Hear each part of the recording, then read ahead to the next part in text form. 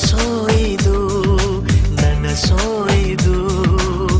ನನ್ನೆದೆಯಲ್ಲಿ ತಂದ ಮೊದಲ ಸಿಂಚನ ನಾನೆನ್ನಲ್ಲಿ ನೀ ನನ್ನಲ್ಲಿ ಅಂದುಕೊಂಡರೆ ಎಂಥ ರೋಮಾಂಚನ ಅಂತರಂಗದ ಆಹ್ವಾನವೇ ಹೃದಯ ಮೀಟುವ ಶುಭಾರಂಭವು ಪ್ರೀತಿ ಜನಿಸುವ ಆ ಗರ್ಭಕ್ಕೆ